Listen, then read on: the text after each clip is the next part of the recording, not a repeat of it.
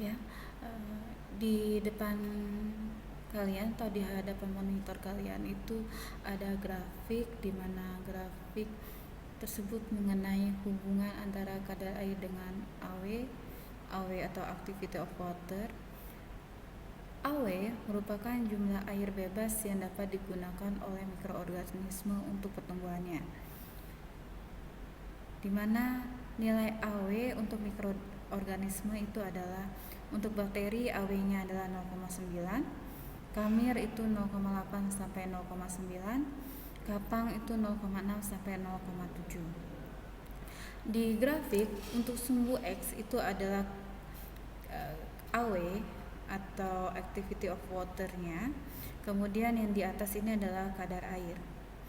Dapat dilihat bahwa untuk grafik, semakin tinggi kandungan AW akan menghasilkan kadar air juga semakin tinggi.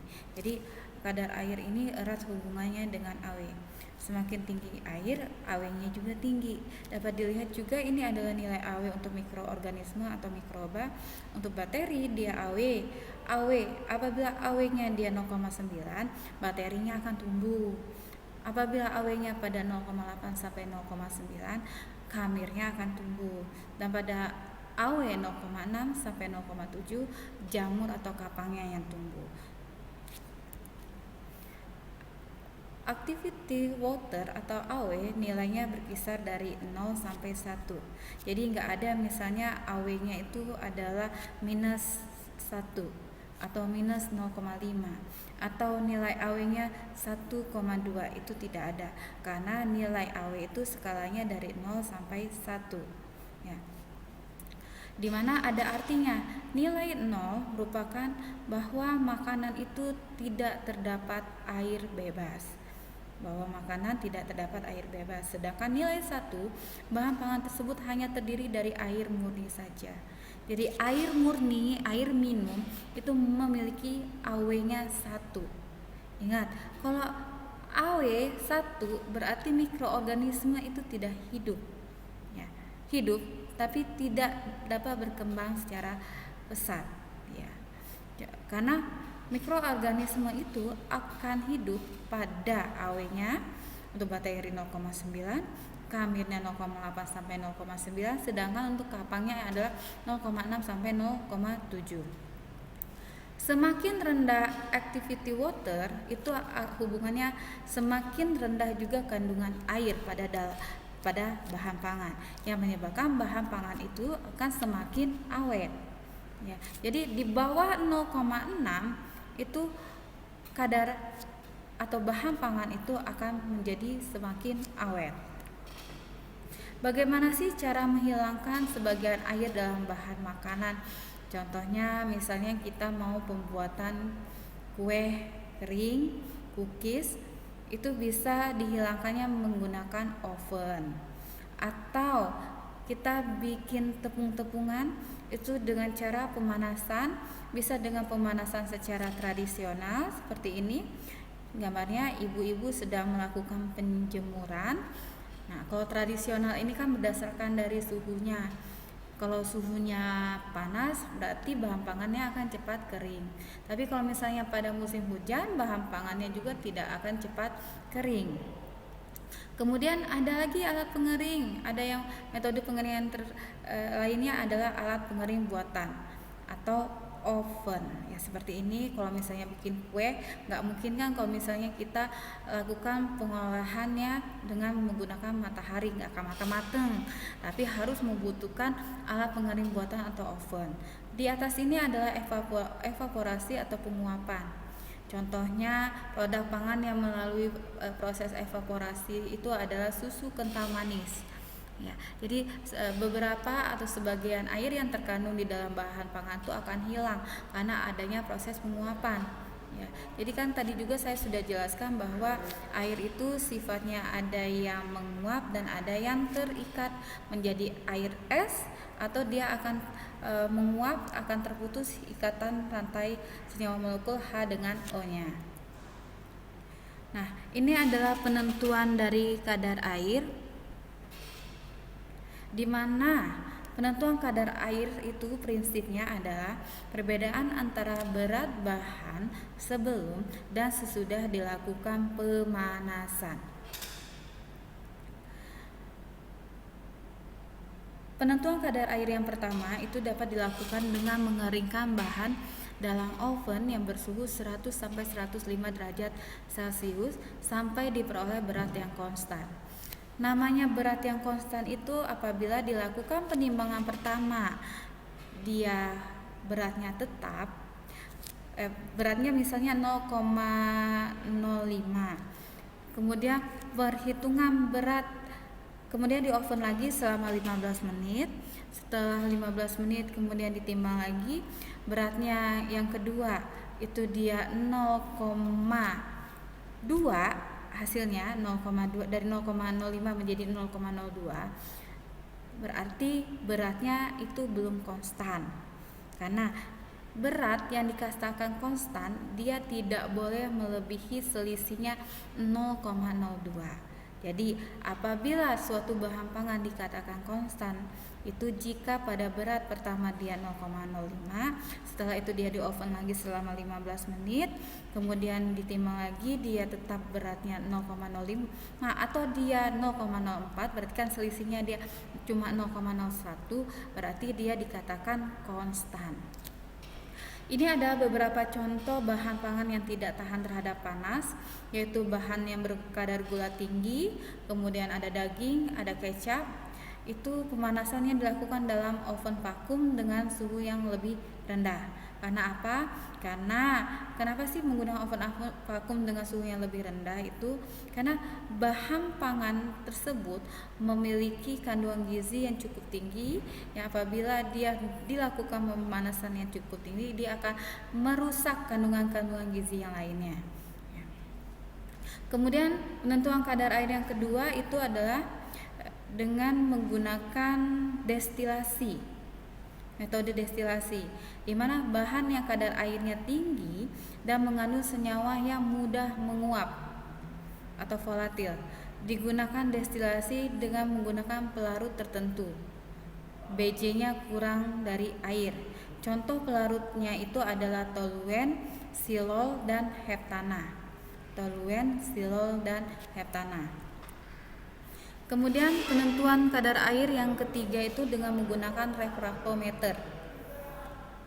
Sebenarnya refraktometer ini digunakan untuk menentukan indeks bias kadar gula tinggi atau total soluble solid atau total padatan terlarut. Kadar air yang tinggi biasanya memiliki indeks bias yang tinggi. Dan cara kimia lainnya yaitu dengan penentuan kadar air dengan menggunakan reaksi kimia lainnya. Tapi yang biasanya kita gunakan untuk penentuan kadar air itu menggunakan metode yang pertama ini, yaitu metode ini menggunakan oven, nama lainnya adalah metode gravimetri. Ini adalah rumus perhitungan dari perhitungan metode gravimetri yang menggunakan oven, di mana berat sampel itu dikatakan dia W1, berat sampel setelah dikeringkan itu namanya W2, kehilangan berat itu adalah W3 yang didapat dari berat sampel dikurang dengan berat sampel yang setelah dikeringkan. Untuk kadar air itu dibedakan menjadi dua jenis, yaitu dry basis serta wet basis. Untuk dry basis dia menggunakan kehilangan berat dibagi dengan berat sampel yang setelah dikeringkan dikali dengan 100%. Untuk yang berat basah itu kehilangan berat dibagi dengan berat sampel awal dikali dengan 100%. Sedangkan untuk total padatannya itu adalah berat sampel setelah dikeringkan dibagi dengan berat sampel dikali dengan 100%.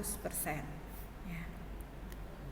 Di sini ada contoh dari penentuan kadar air di mana Tina sedang melakukan analisis kadar air pada tepung ubi jalar sebanyak 5 gram tepung ubi jalar yang ditimbang bersama cawan yang beratnya adalah 12,075 gram. Tepung ubi jalar tersebut di oven selama 6 jam. Setelah didinginkan, kemudian cawan tambah sampel tersebut ditimbang kembali. Berat sesudah dikeringkan sebesar 15,825 gram. Jadi yang ditanya itu adalah hitung kadar tepung ubi jalar tersebut secara wet basis dan dry basis beserta total padatannya. Baiklah, mari kita melakukan perhitungan bersama. Sebelum kita melakukan perhitungan, kita harus menulis dulu yang diketahuinya apa saja. Ternyata sebanyak 5 gram tepung ubi jalar. Jadi berat sampel atau W1-nya itu adalah 5 gram ya. Kemudian lagi ditimbang bersama cawan, berat cawan itu sama dengan 12,075 gram. Kemudian lagi tepung ubi jalar tersebut di oven selama 6 jam. Kemudian setelah itu dikeringkan. Jadi berat sesudah dikeringkan, berat sampel kering, ditambah dengan cawan, itu hasilnya adalah 15,825 ya. Nah, kita akan menghitung pertama adalah berat sampel setelah dikeringkan terlebih dahulu. Kita hitung W2 sama dengan berat sampel kering plus cawan 15,825 dikurang dengan 12,075, sehingga dihasilkan itu adalah sampel yang setelah dikeringkan memiliki berat 3,75 gram ya. Kita hitung terlebih dahulu adalah dry basis, di mana dry basis, sebelum dry basis itu adalah kehilangan berat W3 itu adalah W1 dikurang dengan W2. W1 nya adalah 5 dan W2 nya adalah 3,75 ya. 5 dikurang 3,75 sehingga W3 nya adalah 1,25 gram. Sehingga kita dapat ditanya itu pertama adalah dry basis terlebih dahulu. Dry basisnya itu cara hitungannya adalah W3 dikurang dengan dibagi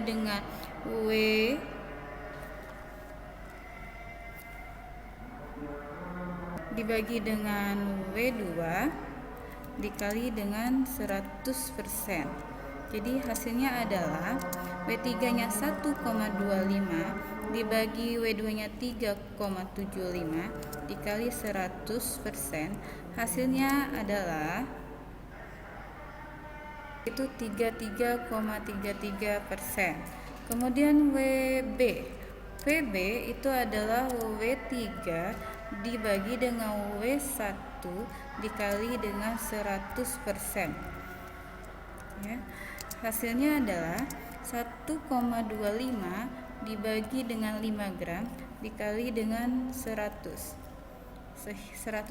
sehingga ya, hasil yang didapat adalah 25%. Kemudian yang terakhir itu adalah total padatan, di mana total padatan itu terdiri dari W2 dibagi W1 dikali 100% ya. Hasilnya itu adalah W2 nya adalah 3,75 dibagi dengan W1 nya 5 dikali 100%, sehingga total padatannya adalah 75% ya. Oke. Ini adalah jawaban dari perhitungan metode gravimetri yang saya harapkan kalian mengerti untuk menghitung dari metode gravimetri tersebut. Demikian perkuliahan yang telah saya sampaikan. Apabila ada yang mau ditanyakan, kita akan buka waktu untuk diskusi. Wassalamualaikum warahmatullahi wabarakatuh.